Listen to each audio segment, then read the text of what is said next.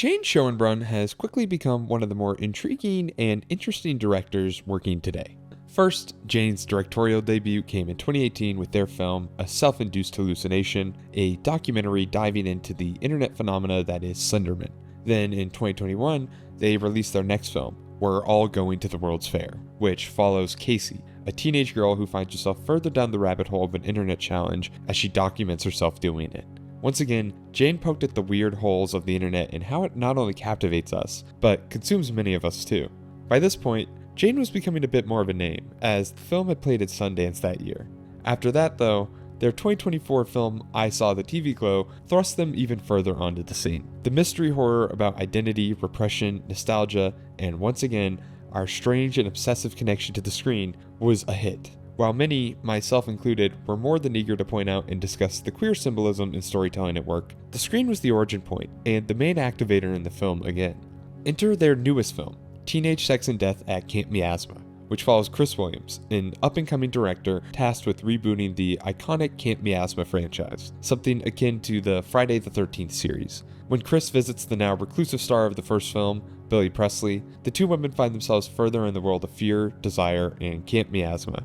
Once again, Jane is discussing our relationship to the screen and art, but Jane's exploring it in a unique way from their previous entries on the matter, and in a way that I haven't been able to stop thinking about since first seeing the film, and then again a second time. Many of Schoenbrun's work and their various filmmaking techniques have often been compared to David Lynch, and while they are definitely pulling from Lynch again, the film felt way more inspired by David Cronenberg to me. David Cronenberg is one of the most iconic and, frankly, important filmmakers in recent times. Whether it be the incredible body horror of something like The Fly, or the depravity and forbidden feeling of a movie like Crash, or even the disturbing and unrelenting discussion of the unease and volatile nature of suburbia in a movie like History of Violence, the man has known how to prod his audience, both visually and thematically. Yet, the work that stuck with me the most out of all of his was his 1983 horror mystery, Videodrome. Videodrome follows Max Wren, a desperate TV president attempting to find the next hit TV show to boost his channel. After coming upon a tape of what is essentially sexual torture videos from Malaysia, he believes he's found that next big hit. However, after Max's girlfriend auditions for the show and never returns, Max investigates and learns of the cult behind Videodrome and their true intentions. There are obviously some clear comparisons to I Saw the TV Glow and how television consumes us. Look at Owen and Maddie's relationship, and how Owen watches Maddie lose herself to the show and still can't resist that desire and urge within him. Yet, Camp Miasma has one crucial sequence that made me think of Videodrome, and specifically the iconic "Long live the new flesh" line and that general motto that the film embraces. Cronenberg, in many ways, was far ahead of things, and I know I'm not breaking any new ground by saying that. His discussion of the screen, our relationship and addiction to it, the not-so-slow integration of it into our daily lives and careers, is pretty insane when you consider what form of screen technology we were talking about from then versus how bad things have gotten now. The idea of media consuming us, the perverse and dark nature of it ruining us, but also those in power seeking it out and weaponizing it, feels like it has become part of our daily existence. In many ways, the film almost feels slightly tame. Not in the filmmaking or its approach, Cronenberg is anything but that, but in its portrayal of addiction to the screen. Like I said, how much more dependent and grotesque our relationship would get to these things has only validated Cronenberg's concerns more and more. So, in 1983, David Cronenberg, in his weird, fleshy way, gets the ball rolling on discussing our all-consuming and gross relationship to the screen, at least in the horror genre. Shout out Network. Enter Camp Miasma. Early in the film, during Chris's first real extended conversation with Billy Presley, Billy mentions that Little Death lives under the lake, and that's where all the movies come from. The idea is shoot off as a joke, but later, a little over midway through the film, Chris is telling the story of where the movies come from with the conviction so strong it seems painful. The camera slowly pans to the bottom of the lake as Chris says that all the movies come from there. She then discusses how Little Death isn't a character that we came up with, but that our reality is Little Death's playground. That Little Death decides when a Camp Miasma movie is made when he desires it. There's so much here in this scene, and so much of it that I love too. Firstly, I thought of the joking phrase online of "goblin in your brain," or that little unexplainable itch that some movies or pieces of media scratch, even if you can't fully explain or rationalize why they do. It's a common experience or feeling, hence the virality of the saying. Yet, I found Teenage Sex and Death at Camp Miasma's discussion of this to be really exciting and invigorating. The literal example of that activation and how terrifying and off-putting it can feel, but also how primal it is too.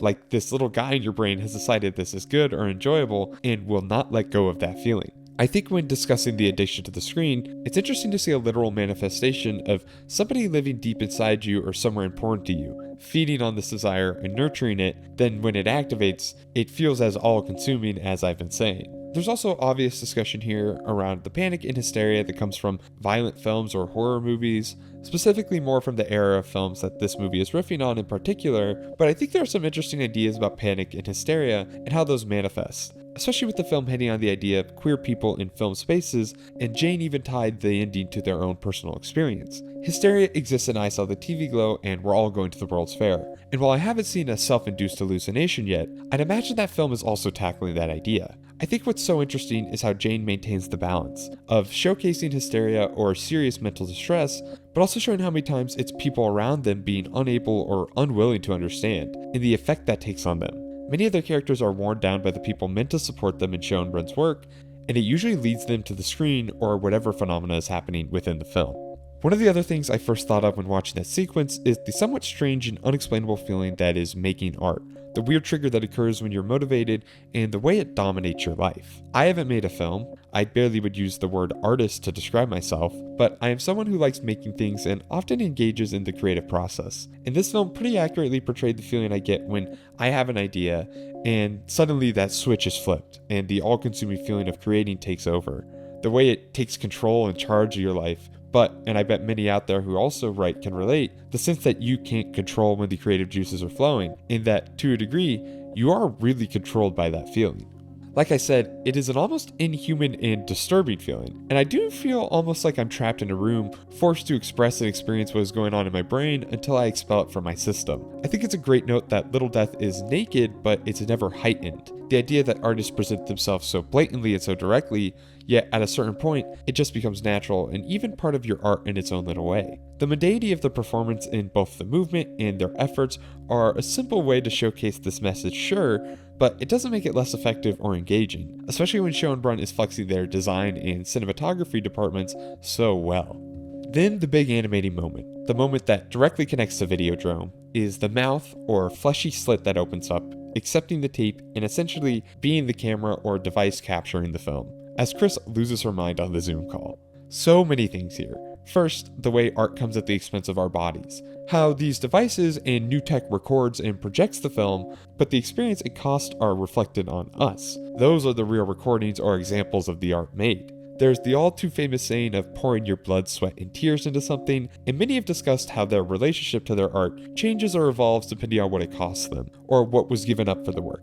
This experience seems painful, and it literally kills them, but Chris comes out the other side happy and seemingly more fulfilled. Which makes me want to touch on another point of the sequence, and sort of the entire film as a whole, that made me think of Cronenberg and the message of his films again. The strange and sexual nature we have to violence, and once again, the screen. Consider how many early horror films, and more specifically, slasher films, open on a heightened sexual scene or moment, and revolved around sexual themes or undertones.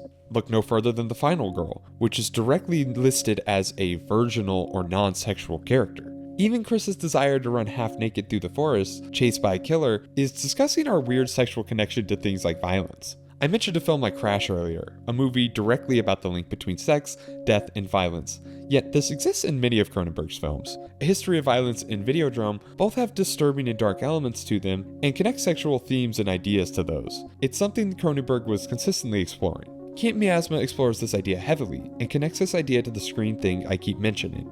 Chris is not sexually active when we meet them. They talk about having a disconnect or block when it comes to sex, and only being able to really focus on their work. When we get a glimpse of their relationship, we learn she's in a polyamorous relationship with another woman who tends to sleep with hipster bodybuilders. The second she begins talking to Billy, though, it becomes clear there's some sort of real connection here. When she describes her disconnect, she talks about how she needs to imagine herself as one of the final girls, running from Little Death. Billy, similarly, describes how she imagines Little Death killing her, which is partially a trauma response to a time when she was taken advantage of on the set of the first Camp Miasma film. Later, when Chris is finally able to have sex with Billy, she does so through the eyes of Little Death, or watches Little Death kill her, after fantasizing about him chasing her through the woods as he kills every notable person in her life that we've met so far. Chris's connection to sex, and even some sense of romantic connection, is directly tied to her relationship to the screen, and how it's changed her. She's connected to these vivid experiences and memories she has from growing up, to the iconography and moments that activated her and excited her. There's a unique blend of the sexual and artistic here, and how the two feel inherently intertwined, or primarily similar. Chris's relationship to sex and Camp Miasma confuses her, but also in a way validates her. There's a really interesting thread in this film about being perceived, and the idea of being watched or connecting through the screen or perception. Clearly, I don't have a real grasp on that element, but I felt that it was definitely worth mentioning in this section. And I believe that someone smarter than me might be able to better understand and explain what the film is saying there or fully prodding at. All I know is that it's a really powerful scene when the camera pulls beneath Little Death and then also slowly pans over the railing. The way the camera is similar to that same moment earlier in the Camp Miasma film within the movie, it's wonderful. Of course, much like Videodrome, the film hits on how our relationship to this stuff has changed. Not art necessarily, but the screen, and the way it has integrated its way into our lives. The idea that movies come from this fleshy, inaccessible, but inherently primal pocket of our brain feels reminiscent of Videodrome discussing how the more separated and subversive the origin of art is, the more it activates that primal feeling deep down inside of us. With movies, TV, and then the internet, there was this almost evolving connection and involvement of these devices. And while Cronenberg was more directly tackling the serious negative elements, Jane is also showing how we've been altered by it, but from a more different and modern perspective. The perspective of someone who grew up so fascinated by that same screen that Cronenberg feared so much. The fleshy and subversive nature of our relationship to media, the idea, like I keep harping on, that it is part of us, is explored less literally in this movie, but in ways that feel very similar to Cronenberg's. There's an idea posited, or rather explored in the film, that really intrigued me, which was the concept of being activated or attached to something problematic. I imagine Jane, like Chris, is a queer person who feels some sort of connection to a work that is problematic regarding queer people. Many films in the horror space unfortunately are. Yet, the film doesn't end the conversation at "that sucks, well, let's move on," but it sort of engages with that idea, how we don't choose the films that activate us. You don't sit down as a kid and put on a random film and decide it's going to ignite that spark, and you can't control when it does. It creates this weird, almost familial relationship to the art. I think few films or filmmakers have engaged with the idea of controversial media or insensitive and problematic films with this much nuance and forethought, and I really appreciated that. There's something to the film's unabashed acceptance of its form, and how it utilizes older techniques and meta elements to keep you engaged.